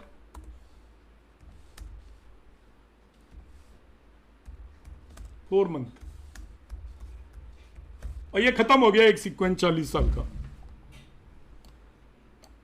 अब फिर से यही दशा सिस्टम वापस से रिपीट होगा। तो दशा को पूरी को 3 कंपार्टमेंट में डिवाइड कर दिया कि पहले 40 साल इन सभी प्लेनेट की दशाएं आएंगी और हर एक दशा का 1/3 पोर्शन आएगा। लाइफ के दूसरे 40 साल के अंदर दूसरा पोर्शन आएगा और लाइफ के तीसरे 40 साल के अंदर तीसरा पोर्शन आएगा। अब ये यहां पर कहता है, ये क्या कंसेप्ट है देखिए, आप ध्यान से समझिएगा। मैं आपको एक्सप्लेन कर चुका हूं, इसका भी कंसेप्ट वही है, मगर इसने दशाओं को अलग अलग जगह लिया हुआ है। अब ये कहता है कि एसके मेहता जी इसे भी यूटिलाइज करते थे कि पहले 40 साल जो आ रहे हैं दशा में, फर्स्ट 40 ईयर पूर्व जन्म कर्मास पर बेस्ड होगी आपकी लाइफ। दूसरे 40 ईयर सेकंड पार्ट आएगा हर एक का, ये आपके करंट कर्मास पर बेस्ड होगी। और नेक्स्ट 40 ईयर यदि कोई व्यक्ति बच गया तो अब तक जिंदगी में 80 साल की उम्र का जब हो गया तो जिंदगी में जो कर्मास किए होंगे अभी तक 80 साल की उम्र तक, उसके बेस पर रिजल्ट मिलेंगे। अब आपको कोई कर्मास करने की जरूरत नहीं है, आपके हाथ में कुछ भी नहीं है। 80 साल के आदमी की लाइफ के अंदर उम्र इतनी हो चुकी होती है कि अब वो कर्मा करने का उसके पास कोई बस में नहीं होता, इसलिए वो जो अब लाइफ में कर्मास करेगा, अभी तक इस जीवन के अंदर जो कर्मास किए हैं उसके बेसिस पर उसको रिजल्ट मिलेंगे। तो इस तरीके से इसको भी यूटिलाइज किया जाता है। पाराशर लाइट में ये दिया हुआ है कंसेप्ट। और दूसरा जो मैं यूटिलाइज करता हूँ वो मैं आपको बता चुका हूँ। मैं एक ही दशा को 3 पार्ट में डिवाइड करता हूँ और उन तीनों पार्टों को मैं साथ में लेता हूँ, अलग अलग समय पर नहीं लेता। मेरा ऐसा मानना है कि जो शुक्र की, मेरा मानने का मतलब मैं खुद नहीं हूँ, मैं कोई अथॉरिटी नहीं हूँ, मतलब जो मुझे पढ़ाया गया है और जो मुझे समझ में ज़्यादा आया वो मैं आपको बता रहा हूँ। आई मे बी रॉन्ग ऑल्सो, और इनमें कोई भी कंसेप्ट सही हो सकता है, कोई भी गलत हो सकता है, पर एक कंसेप्ट है जो चलते हैं, तो वो सारे मैंने आपको यहाँ पर बता दिए हैं अभी।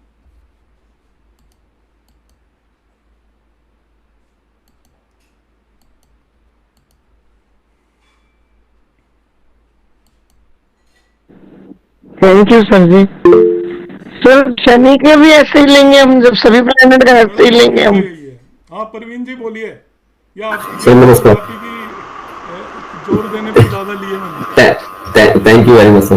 तो सर इसमें जब एडी देख रहे हैं तो एडी में कोई फंडा लगा के क्लिक कर देंगे सर? इसमें मत देखो, नहीं तो त्रासदी में कैसे देखें, मतलब इसमें चलो वैदिक में उसमें आप देख लो ना कि आपको, आप बाकी कंसेप्ट तो अपने लगाओ, पर आपको इससे अंदाजा मिल जाएगा इस व्यक्ति को, मतलब आपकी प्रेडिक्शन को और फाइन ट्यून करने के काम आ जाएगी कि 5-6 साल या 2 साल इस तरीके के रिजल्ट मिलने वाले हैं। आपको एक एडिशनल चीज मिल गई ना। जी सर जी। क्योंकि दशाओं का ऐसा है, देखो आप यदि प्रेडिक्शन देना चाहते हो तो इन जनरल कम से कम 2-3 दशाएं लगानी चाहिए जी सर मिनिमम। मतलब आप विश्वत्री भी देख लो, आपका नॉर्मल जो आप हम एनालिसिस करते हैं, आप त्रिभागी को यूटिलाइज करते हो, कम लोग यूटिलाइज करते हैं, बचते हैं यूटिलाइज करने से, मगर इसका बहुत अच्छा है। और आप योगिनी लगा सकते हो, योगिनी भी लगाइए। तो योगिनी भी बेसिकली क्या है आपको पता है, इट इज ए कंडेंस्ड आपका विंशोत्री दशा टाइप तो है योगिनी, छोटा विंशोत्री दशा हो गई। तो ऐसा हम मान के चलते हैं, योगिनी भी इसलिए यूटिलाइज होती है। इतने लंबे समय तक एक जैसे रिजल्ट थोड़ी मिलेंगे, ऐसा हम सोचते हैं जी। तो मतलब इंटरनेट से इतनी कैलकुलेशन की जरूरत नहीं, बस 3 पार्ट में डिवाइड करके उससे मोटा मोटा देख ले सर। हाँ ठीक है सर। और दूसरा जो वो आप सेकंड और सेवंथ वाली नोट बता रहे थे शादी में, वो जो बता रहे थे शादी में एसके मेहता साहब वाली, उसमें कैसे मतलब लगाया सर आपने? मतलब ऐसा था ना, आपकी सपोज वो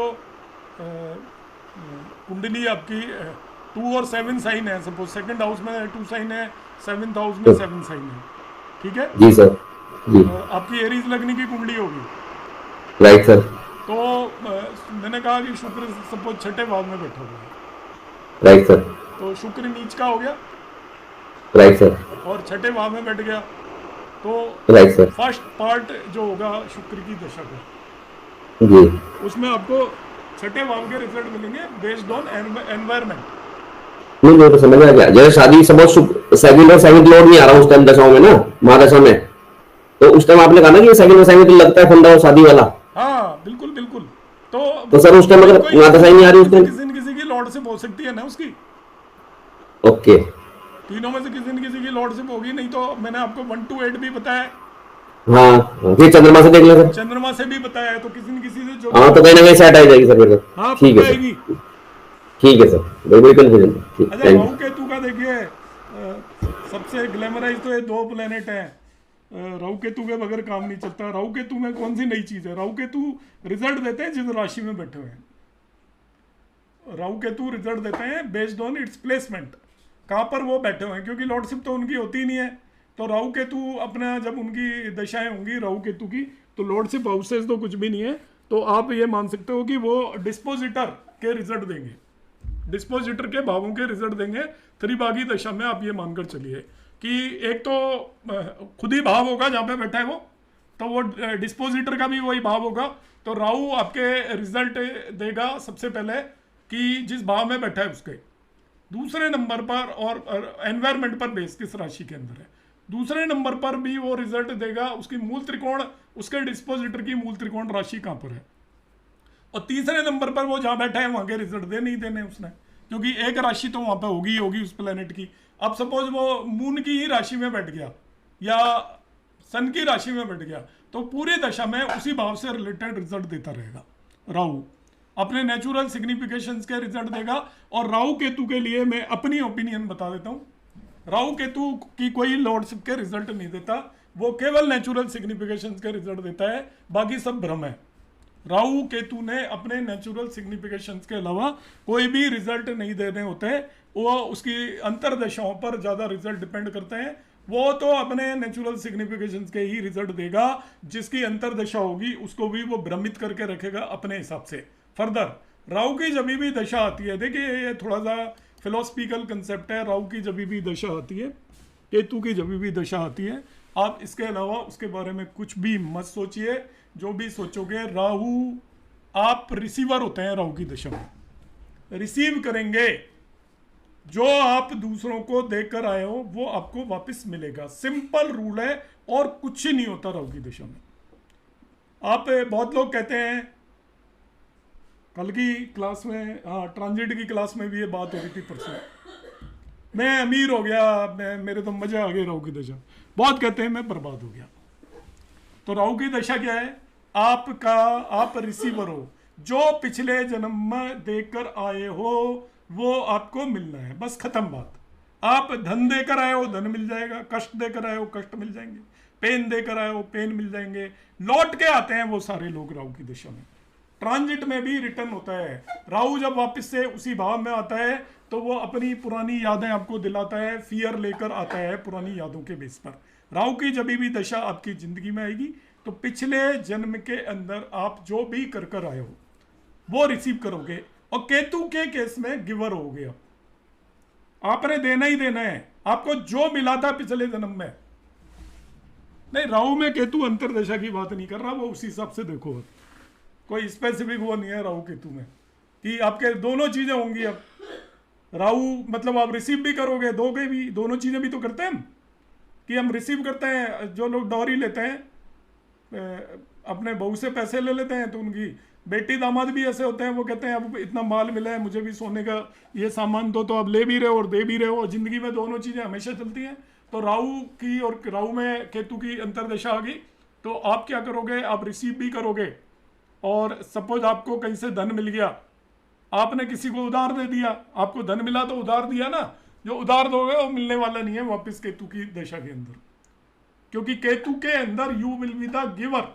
आप पेन भी दोगे, आपकी केतु की दशा चल रही है तो आप पेन भी दे सकते हो, माँ बाप को पेन दे सकते हो, किसी को पेन दे सकते हो। तो you will be the giver. Giver का मतलब पैसे देना ही नहीं होता, आप कष्ट दोगे, किसी को परेशानियां दोगे, तकलीफ दोगे। और राहु की दशा में you will be the receiver. अब रिसीवर क्या होगा, आप पैसा भी रिसीव कर सकते हो, आप कष्ट भी रिसीव कर सकते हो। और इस तरीके से हम राहु और केतु की दशा को, इसका बेस्ट इंटरप्रिटेशन यही है। बाकी तो जो मर्जी जहाँ मर्जी पढ़ाते रहो, सभी क्लासिक्स में अलग अलग लिखा हुआ है। भावार्थ रत्नाकर के अंदर कुछ लिखा हुआ है, सरावली में कुछ लिखा हुआ है, पाराशर जी ने कुछ लिखा हुआ है। कोई लॉर्डशिप मानता है, कोई लॉर्डशिप नहीं मानता, कोई उच्च मानता है, कोई उच्च नहीं मानता। तो राहु केतु गड्डम गड्ढ है। तो राहु केतु के बारे में जो मेरी अंडरस्टैंडिंग है वो मैंने आपको बता दी, और मैं इसके बियॉन्ड इसको कभी भी यूज भी नहीं करता। जी राजपाल जी। सर ये राजपाल जी सर नमस्कार। जी नमस्कार जी।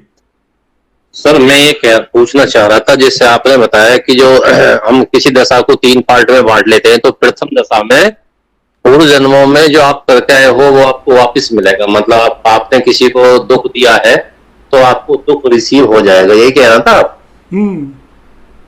तो मैं ये कह रहा था कि वो दुख जो मिलने वाला है वो उसी व्यक्ति से मिलेगा या किसी और से भी मिल सकता है?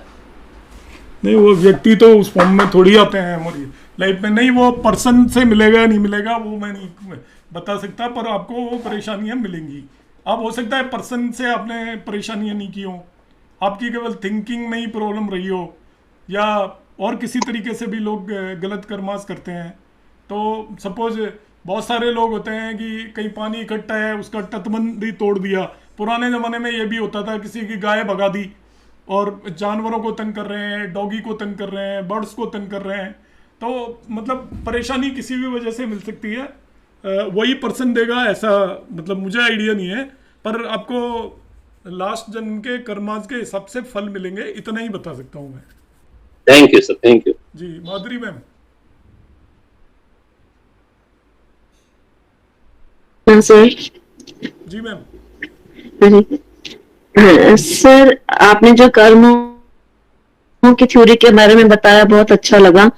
सर उसी से रिलेटेड मेरा क्वेश्चन है कि जैसे भगवान ने गीता में भी बोला ना, सर्वधर्मान परित्यज्य मामेकं शरणं व्रज अहं त्वां सर्व पापेभ्यो मोक्षयिष्यामि मा शुचा। तो भगवान गारंटी ले रहे हैं कि मैं सभी पापों से मुक्त करूंगा, मेरी शरण में आओ। तो सर कोई व्यक्ति भगवान की शरण में आता है और भक्ति सेवा से युक्त जीवन जीता है, तो सर क्या फिर उसके पर प्लैनेट्स का इफेक्ट नहीं होता? नहीं, वो तो भगवान ने कभी कहा ही नहीं कि शरण का मतलब यह है कि मेरी भक्ति करो।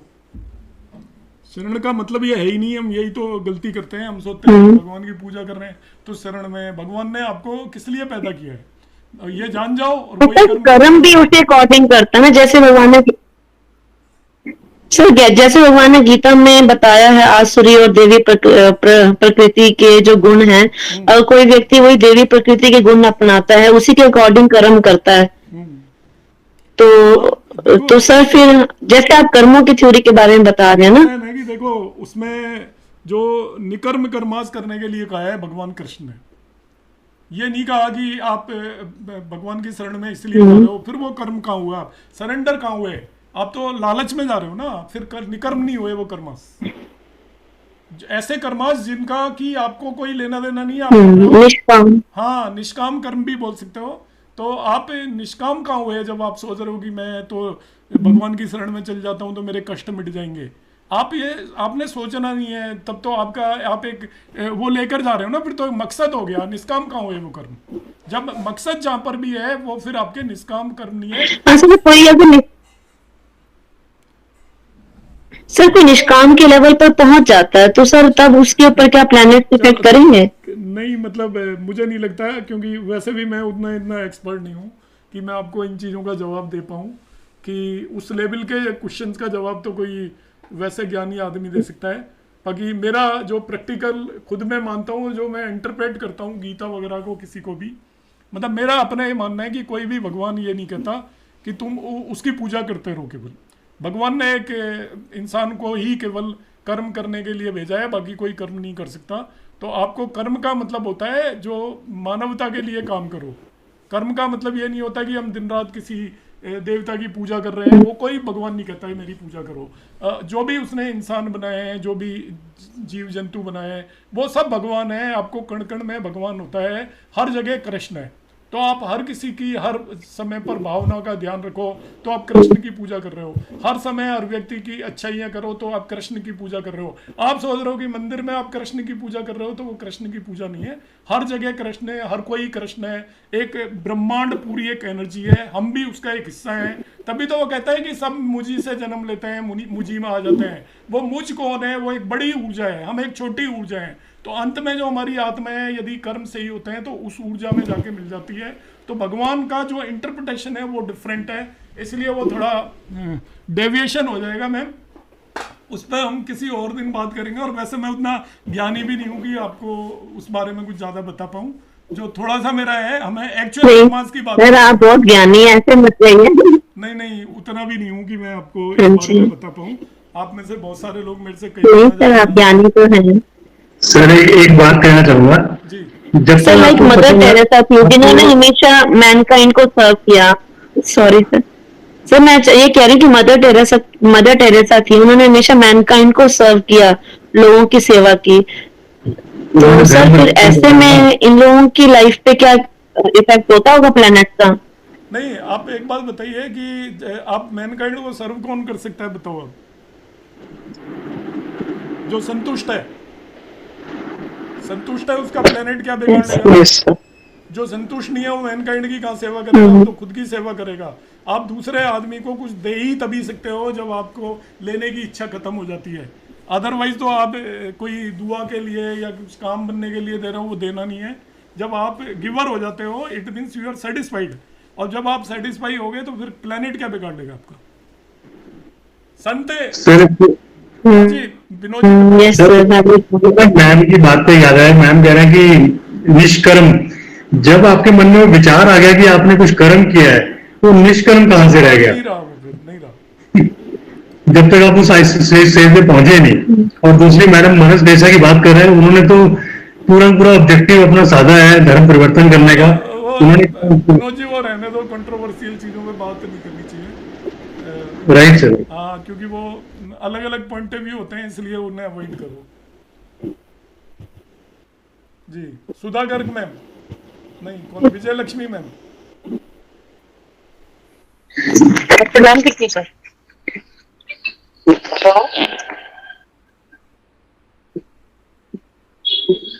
प्रणाम सर। जी प्रणाम मैम। सर मेरे को सिर्फ एक छोटी सी बात पूछनी है। जो आपने लास्ट फेज बताया ना 40 साल को डिवाइड करके, उसमें वही सीक्वेंस रहेगी 40-40 साल की जो प्लेसमेंट है? ओके बस। Thank you sir, thank you sir, thank you sir, thank you. क्या हुआ? सुधा गर्ग मैम। नमस्ते सर। नमस्ते। सर ये जो आपने राहु केतु के लिए एक्सप्लेन किया उसमें, लेकिन जब केतु की दशा आती है तो लोग इतने परेशान क्यों होते हैं? जब आप गिवर हो तो आपको तो परेशानी किसी भी चीज में आनी नहीं चाहिए। लोग अकेलेपन के शिकार हो जाते हैं, घर में डेथ्स हो जाती हैं कि जिस केतु की दशा में, तो वो क्यों होता है? वो गलत फहमी है, इसलिए हमारे यहाँ पे बहुत सारी गलत फहमियाँ पाल रखी है एस्ट्रोलॉजर्स ने। केतु की दशा में एस्ट्रोलॉजी पढ़ने लग जाता है व्यक्ति, ये करने लग जाता है। ऐसा कुछ भी नहीं है। केतु की में गिवर का मतलब क्या है कि आपका आप सब चीज़ अपनी भी तो चीज़ें दे रहे हो ना। आपको डिटैचमेंट क्या होता है, और डिटैचमेंट हो जाता है केतु की दशा के अंदर। केतु आपको डिटैच करता है चीज़ों से, और राहु क्या करता है, आपको अटैच करता है चीज़ों से। डिटैचमेंट का मतलब देना ही है। आप अपना किसी भी चीज़ से लिंक रखना नहीं चाहते। डिटैचमेंट का मतलब क्या होता है, आप परेशान हो गए तो आप दूसरों को पेन दे रहे हो, नहीं दे रहे हो अपना। आप जी सर। मैं सपोज केतु की दशा आई अपने किसी की, सपोज मेरी आ गई और मैं डिटैच हो गया और बिल्कुल उस तरीके से रहता हूँ, बिल्कुल डिप्रेस्ड रहता हूँ, तो मेरी परिवार को पेन दे रहा हूँ मैं अपना। मैं तो अपना आप में कर रहा हूँ जो भी कर रहा हूँ, मगर मेरा पेन दूसरे लोग महसूस कर रहे हैं, नहीं कर रहे हैं? डेफिनेटली महसूस करेंगे। तो उसको अंडरस्टैंड करने का वो है केवल एक। बाकी वो पर्सन केतु डिटैच करता है आपको चीज़ों से, और डिटैच बगैर आप दिए हुए नहीं हो सकते। गिवर का मतलब आप अपनी चीज़ों को छोड़ना शुरू कर देते हो, ये भी देना ही है। उस बंदे के अंदर ख्वाहिशें कम होने लग जाती हैं और दुनियादारी से वो अवेयर रहता है। तो अवेयर रहने का मतलब क्या हो रहा है, आपने जब कोई अपॉर्चुनिटीज़ के अंदर जाना ही नहीं है, किसी कंपटीशन में भाग ही नहीं लेना, इसका मतलब आप दूसरे लोगों को मौका दे रहे हो जिसको आपने लेना चाहिए था। तो आप किसी चीज़ को रिसीव नहीं करना चाहते, इस तरीके से आप इंटरप्रेट करें उसको। ठीक है sir, thank you sir. Bhavna ma'am. Sir जैसे राहु केतु की दशा है, तो क्या हम ये पता कर सकते हैं कि क्या रिसीव करेंगे, पेन की है ना प्लेजर? थोड़ा सा मुश्किल है। तो मतलब कोई प्रेडिक्शन नहीं दे सकते, कोई अंदाजा नहीं लगा? अच्छा, सर जैसे ना आपने त्रिभागी दशा सिखाई, उसमें है ना एक महादशा को हम 3 पार्ट में डिवाइड कर रहे हैं। तो सर जैसे 76 मंथ 6 ईयर 4 मंथ की दशा है, तो उसका मतलब 6 ईयर 4 मंथ एक से ही रिजल्ट है? नहीं, मतलब ओवरऑल आप एक, बाकी तो आप एमडी वगैरह चेक कर लो, ओआईडी वगैरह, ओवरऑल आप आइडिया लगा सकते हो कि इस 6 ईयर 8 मंथ के अंदर ऐसा आपका होने वाला है। पूजन के हिसाब से भी मिलेगा वो, उसका मतलब सब पीरियड नहीं है कोई? एक जैसा मान रहे थे ना, अब तो हम केवल 6 हाँ, पे पहुंच गए। कम हो गया सर, बहुत बहुत कम। ठीक है, थैंक यू सर। पहले तो नहीं, हम 19 ईयर एक जैसा मान के चल रहे थे, अब हमें लगा कि 19 साल एक जैसे नहीं हो सकते, तो फिर 6 साल 4 महीने हम मानेंगे। और जो महादशा है वो आपको ओवरऑल चीज बताती है, उसके अंदर क्या होगा वो अंतर दशाओं पर भी डिपेंड करता है। Thank you sir. Mona ma'am, sir प्रणाम। प्रणाम। जिनके क्वेश्चन हो गए हैं वो हैंड डाउन कर लें प्लीज। हाँ सर जैसे आपने अंतर्दशा को भी 3 भाग में डिवाइड करना बताया, जी। उन्हीं प्लैनेट्स पे जिनकी अंतर्दशा है तो उन्हीं पे भी हम सेम रूल लगाएंगे कि पहला वो जहाँ बैठा है, सेकंड बिल्कुल, और बिल्कुल। उसका पर वो थर्ड। आपने दशा का कोर्स किया है मेरा, जी सर। आप समझ जाइए, वहां पे मैंने सिखाया है वैसे लगाना है। ठीक, ओके सर। आपको मैंने कॉम्बिनेशन बताया ना महादशा में अंतरदशा को कैसे देखते जी हैं। जी सर। हाँ बिल्कुल वही करिए। ठीक ठीक, thank you so much sir. Pratibha Chaudhary ma'am, नमस्कार सर। नमस्कार जी। सर आज आपने कर्म के लिए बात की कि कर्म जैसे करेंगे, तो इसमें कुंडली का कितना रोल है सर? ये चीज कई बार समझ नहीं आती सर। जैसे मैंने कई क्रिमिनल की कुंडली देखी तो उसमें मतलब दिखता है वो पहले ही क्या कि इसके कर्म अच्छे नहीं होंगे। जैसे कि एक लगन की कुंडली थी और अष्टम में मतलब लग्नेश था और लाभेश भी नहीं था, बकरी थे दोनों। तो सर कर्म मतलब अगर सभी अच्छे कर सकें तो कुंडली कहाँ किस तरीके से नहीं, ये सब अच्छे कर सकते हैं, करना ही नहीं चाहते। आपको फ्री विल दी हुई है भगवान ने। आप लालच में हम घूम रहे हैं ना, हम कर्म का अच्छे करते हैं। आपको यदि मैं किसी को भी कहूंगा ना आप कर्म ठीक करो, जितने भी लोग आते हैं कोई करने को तैयार नहीं होता। नहीं जी, करने को तैयार नहीं होते। इंडिया के अंदर आपको मैं बता देता हूँ, देखो प्रैक्टिकली मैं गवर्नमेंट सेक्टर में काम किया है, यहाँ पे हर आदमी बेईमान है एक्सेप्ट टू उसके जिसके पास अपॉर्चुनिटी नहीं है, जिसके पास मौका नहीं है वो दूसरों को क्रिटिसाइज करता है। जिसके पास भी मौका है, आप देश के अंदर पॉलिटिक्स देख लीजिए, लीडर्स देख लीजिए उठाकर, आपको साफ साफ पता चल जाएगा क्या सिस्टम है। जब हम कर्माज हम करते ही नहीं है, हम सोचते हैं कि वे हम 4 दिन पूजा कर लिए कर्म हो गए, रिश्वत ले ली उसके बाद मंदिर में जाके दान कर दिया कर्म सही हो गया, ऐसे नहीं होता। कर्माज होता है अंतर आत्मा से, तन मन धन तीनों से सही कर्मा जो व्यक्ति करता है, और वो आपको बहुत रेयर मिलेंगे। इसलिए हम सफर करते हैं हमेशा, हमें अच्छे फल कभी नहीं मिलते। तो सर कुंडली का कोई रोल नहीं है इसमें कि हमारे प्रारब्ध में जो 1/3 आपका रोल तो होता ही है कुंडली। प्रारब्ध अब जो आपके प्लेनेट का देखो प्लेसमेंट तो आपके पूर्व जन्म कर्मों के बेस पे है, उसकी राशि पूर्व जन्म कर्मों के बेस पे है, तो वो तो काफी कुछ निर्धारित करेगा ही करेगा।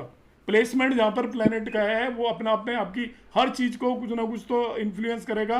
अब जैसे आप अच्छे भी कर्म कर रहे हो तो रिजल्ट तो उसके अच्छे कर्मों के मिलेंगे, मगर कितना मिलेंगे वो उसका प्लेसमेंट डिसाइड करेगा। जी सर, थैंक यू सर। यही कई बार मन में इच्छा होती थी, सिर्फ आप ही ऐसे हो जो ये डाउट क्लियर कर सकते हो, तो कोई समझ में नहीं आता कि चलो ये सब क्या। नमस्कार। नमस्कार सर। Thank you.